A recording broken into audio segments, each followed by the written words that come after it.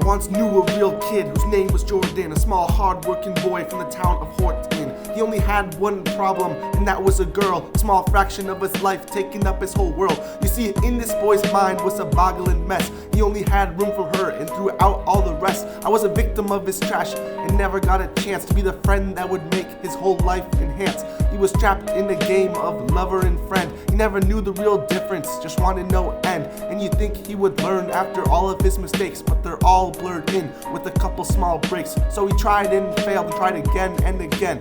We all thought he would stop and come back to the men, but he never saw through her deceitful lies. I think a breakup now would still come to his surprise. See, he could never back out cause he gave too much.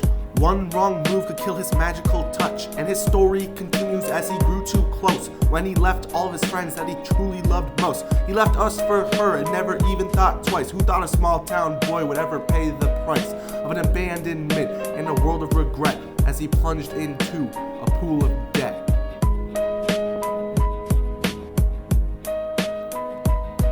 My man ain't really living life, he just stuck up and old, watching his memories fade as his heart grows cold. He didn't even give a chance for a life of truth as he corrupted his eyes and took away his own youth. He never wanted the good, just desired the wrong. Jordan was never one of us and he didn't belong. So don't take him for a friend cause he'll separate and even go as far as to kill. He wouldn't hesitate.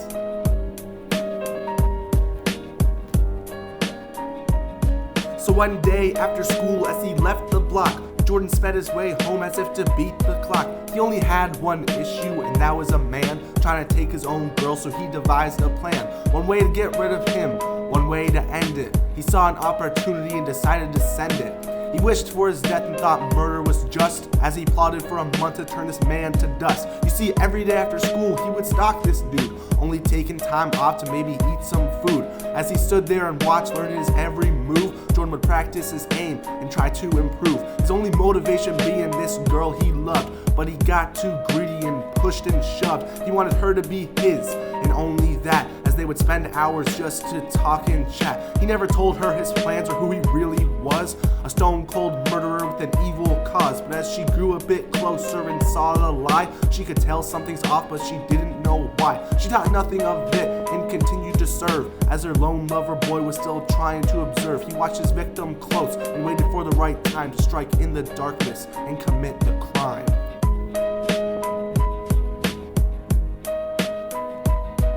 My man ain't really living life, he just stuck up and old, watching his memories fade as his heart grows cold. He didn't even give a chance for a life of truth as he corrupted his eyes and took away his own youth. He never wanted the good, just desired the wrong. Jordan was never one of us and he didn't belong. So don't take him for a friend cause he'll separate and even go as far as to kill. He wouldn't hesitate.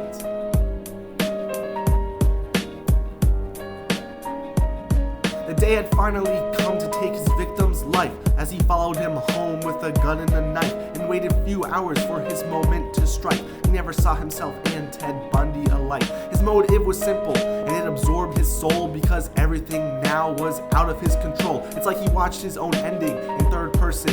I don't think this situation could worsen.